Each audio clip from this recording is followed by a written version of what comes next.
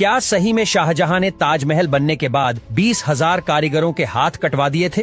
और क्या सही में ताजमहल से पहले वहां कोई शिव मंदिर था? चलिए जानते हैं ताजमहल से जुड़े 20 रोचक तथ्य। 20,000 कारीगरों की कड़ी मेहनत से बना ये ताजमहल न सिर्फ शाहजहां और मुमताज के प्रेम की निशानी है, बल्कि 7 अजूबों में शामिल एक मकबरा है जिसे देखने के लिए हर साल 50 लाख से भी ज्यादा पर्यटकों खींचे चले आते हैं। इस मकबरे की दीवारों में 18 तरह के बेशकीमती रत्नों को जड़ा गया है, जो पूनम की रात में इस कदर चमकते हैं कि लोग इस इमारत को देखते रह जाते हैं। सन 1653 में बनाए गए इस खूबसूरत ताजमहल की कीमत आज के हिसाब से 53 अरब रुपए आंकी जाती है। ताजमहल की सबसे ज्यादा लोकप्रियता इसके निर्माण से जुड़ी प्रेम कहानी की वजह से है। शाहजहां ने अपनी बेगम मुमताज महल की याद में इस इमारत को बनवाया था। मुमताज का असली नाम अर्जमंद बानो बेगम था और शाहजहां ने उन्हें मुमताज महल नाम दिया, जिसका मतलब होता है महल का सबसे अनमोल रत्न। महज 38 साल की उम्र में अपने 14वीं संतान को जन्म देते वक्त मुमताज की बुरहानपुर में मृत्यु हो गई थी।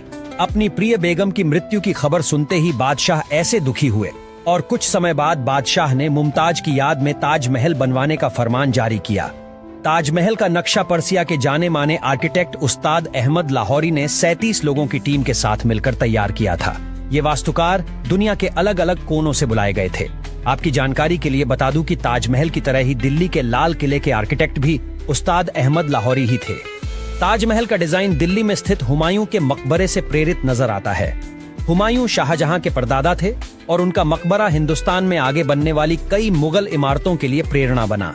यहाँ चारों तरफ में जो आप लाल पत्थर से बने कमरे देख रहे हैं, ये कुल मिलाकर 210 कमरे हैं, जो कि खास तौर पर ताजमहल को बनाने आए कारीगरों के विश्राम गृह के रूप में बनाए गए थे।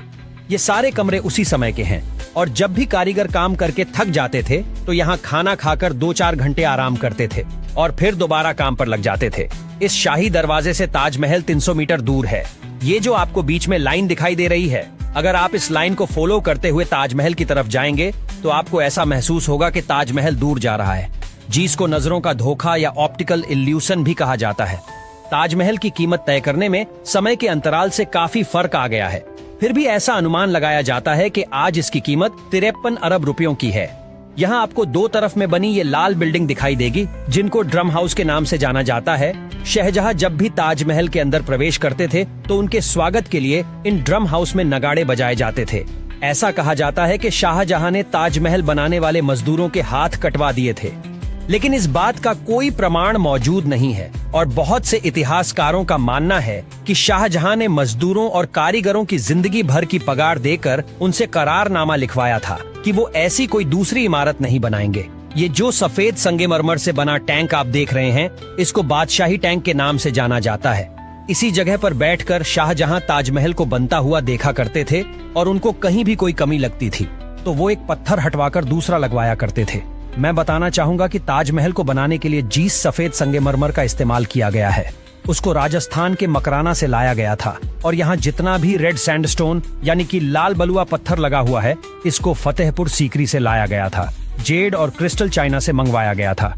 लेपिस लेस्ली अफगानिस्तान से आया था, दरकोइश तिब्बत से, जसपर पंजाब से, सैफायर श्रीलंका से और कार्नेलियन अरब से लाया गया था। कुल मिलाकर ऐसे ही 28 किस्म के बेशकीमती रत्नों को सफेद संगमरमर में जड़ा गया था।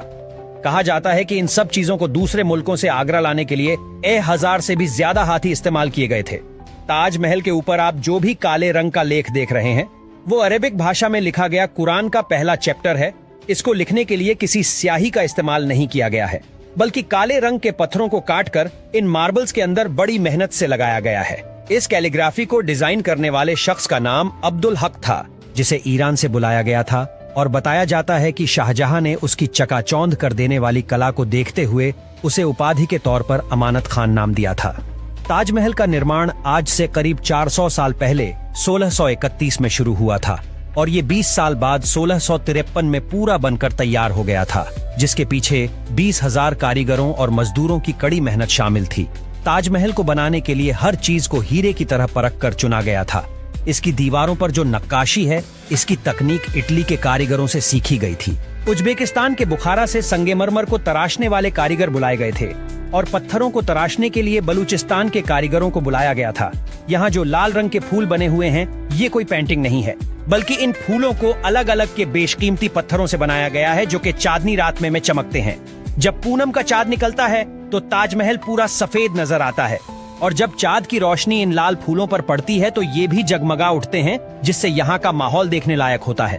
ताजमहल से जुड़ी एक ही खास बात यह भी है कि दूसरे विश्व युद्ध के दौरान सरकार ने मुख्य मकबरे के चारों ओर बांस का घेरा बनाकर सुरक्षा कवच तैयार कराया था, जिससे कि हवाई जहाजों को भ्रमित किया जा सके और ये खास घेरा जर्मन और जापानी हवाई हमलों से सुरक्षा प्रदान कर पाए। 1965 और 1971 के भारत पाकिस्तान युद्ध के समय भी यही किया गया था। ताजमहल के दोनों ही तरफ में आपको लाल पत्थर की एक एक इमारत दिखाई देगी। बाईं ओर वाली इमारत मस्जिद है, जहां पर हर शुक्रवार के दिन हमारे मुस्लिम भाई नमाज अदा करने के लिए आते हैं और उस दिन ताजमहल को पर्यटकों के लिए बंद करके रखा जाता है, लेकिन मुसलमानों के लिए इसको 2 घंटे के लिए खोला जाता है। दाईं ओर में जो लाल पत्थर की इमारत आप देख रहे हैं वो शाहजहां के समय का मेहमान खाना यानी कि गेस्ट हाउस हुआ करता था। इस मेहमान खाने में शाहजहां के मेहमान 2-3 घंटों के लिए आराम करके चले जाते थे और यहाँ कोई भी मेहमान रात में नहीं रुकता था। मेहमानों के सोने का इंतजाम आगरा के किले में किया जाता था, क्योंकि वहाँ मेहमानों के ठहरने के लिए खास तौर पर कक्ष बनाए गए थे। यहाँ जो फव्वारे आप देख रहे हैं ये कुल मिलाकर 53 है और आज भी ये सही तरीके से काम करते हैं। इनमें से कोई भी फव्वारा नया नहीं है, बल्कि यह उसी जमाने के हैं जब ताजमहल बनवाया गया था। हालांकि बीच बीच में इनकी मरम्मत और साफ सफाई का काम जरूर करवाया जाता है। यहाँ जो ऊपर वाला बड़ा गुंबद आप देख रहे हैं इसमें आपको थोड़ा पीलापन नजर आएगा। दरअसल आगरा में प्रदूषण का स्तर ज्यादा होने की वजह से ताजमहल के संगमरमर में बार बार पीलापन आने लगता है, इसीलिए समय समय पर इसकी सफाई करवाई जाती है। इस गुंबद के ऊपर जो आपको किरीट कलश लगा हुआ दिखाई दे रहा है वो शाहजहां के समय में सोने का हुआ करता था, जिसको बाद में अंग्रेज निकाल कर ले गए थे, इसीलिए सरकार ने यहाँ पीतल का कलश लगा दिया। शायद आपको जानकर हैरानी होगी कि ताजमहल की जो 4 मीनारें हैं ये बिल्कुल सीधी नहीं खड़ी है, बल्कि ये चारों बाहर की ओर हल्की झुकी हुई है। इन्हें ऐसा जानबूझकर बनाया गया था ताकि भूकंप जैसी आपदा आने पर अगर ये गिरे भी तो बाहर की ओर गिरे और मुख्य मकबरे को कोई नुकसान न पहुंचे। ताजमहल की नींव बनाते समय इसके चारों ओर बहुत से कुएं खोदे गए और इन कुओं में ईंट पत्थर के साथ साथ आबनूस और महोगनी की लकड़ियों के लट्ठे डाले गए। ये कुएं ताज की नींद को मजबूत बनाते। आबनूस और महोगनी की लकड़ियों की खासियत ये होती है कि इन्हें जितनी नमी मिलती रहेंगी ये उतनी ही फौलादी और मजबूत बनती रहेंगी और इन लकड़ियों को नमी ताज के पास बहने वाली यमुना नदी के पानी से मिलती है। एक खास बात यह है कि यमुना नदी के पानी का स्तर हर साल घटता जा रहा है और लकड़ियों में नमी की कमी आती जा रही है। यही वजह है कि साल 2010 में ताजमहल में कुछ दरारें भी देखी गई थी। ये सामने की ओर से यमुना नदी बह रही है। इस नदी के पीछे की ओर में आपको एक गार्डन दिखाई देगा जिसको कहा जाता है मेहता बाग। बताया जाता है कि शाहजहां अपने लिए मेहता बाग में एक काला ताजमहल बनवाने वाले थे, लेकिन उनके बेटे औरंगजेब को लगा कि अगर ऐसा हुआ सारा खजाना उस काले ताज को बनाने में खर्च हो जाता और उसके हिस्से में कुछ नहीं आता। इसीलिए उसने ऐसा होने नहीं दिया और शाहजहां को आगरा के किले में बंदी बना लिया। आगरा के किले में मुसम्मन बुर्ज में शाहजहां को कैद किया गया था, जहां से बैठकर वो रोजाना घंटों तक ताजमहल को देखा करते थे। अगर आप शुक्रवार के दिन आगरा आते हैं तो आपको ताजमहल के परिसर में तो प्रवेश करने के लिए नहीं मिलेगा, लेकिन आप चाहें तो आप मेहताब बाग से ताजमहल का दीदार कर सकते हैं और मेहताब बाग से ताजमहल आपको कुछ ऐसा दिखाई देगा। यहाँ आपको ये खुफिया सुरंग भी दिखाई देगी जो कि ताजमहल के बेसमेंट से होते हुए सीधा आगरा के किले में जाकर खुलती थी। बताया जाता है कि शाहजहां की मृत्यु के बाद उनकी बेटियां रोशन आरा और जहां आरा उनके शव को इसी खुफिया रास्ते से ताजमहल तक ले गई थीं। ताजमहल के नीचे 20 ऐसे कमरे भी मौजूद हैं जो आज तक भी राज बने हुए हैं। इन कमरों में क्या है ये हर कोई जानना चाहता है, लेकिन ये कई दशकों से ऐसे ही बंद पड़े हैं। ये है ताजमहल का मुख्य मकबरा, जिसके अंदर शाहजहां और उनकी बेगम मुमताज महल की कब्र मौजूद है, जिसमें ये सामने वाली कब्र मुमताज की है और बाईं ओर वाली कब्र शाहजहां की है। लेकिन यह उनकी असली खबरें नहीं हैं, बल्कि इन कब्रों को केवल पर्यटकों को दिखाने के लिए बनाया गया है। उनकी असली खबरें इसी के नीचे बेसमेंट में मौजूद है, जिसको सरकार ने स्थायी रूप से बंद करके रखा है।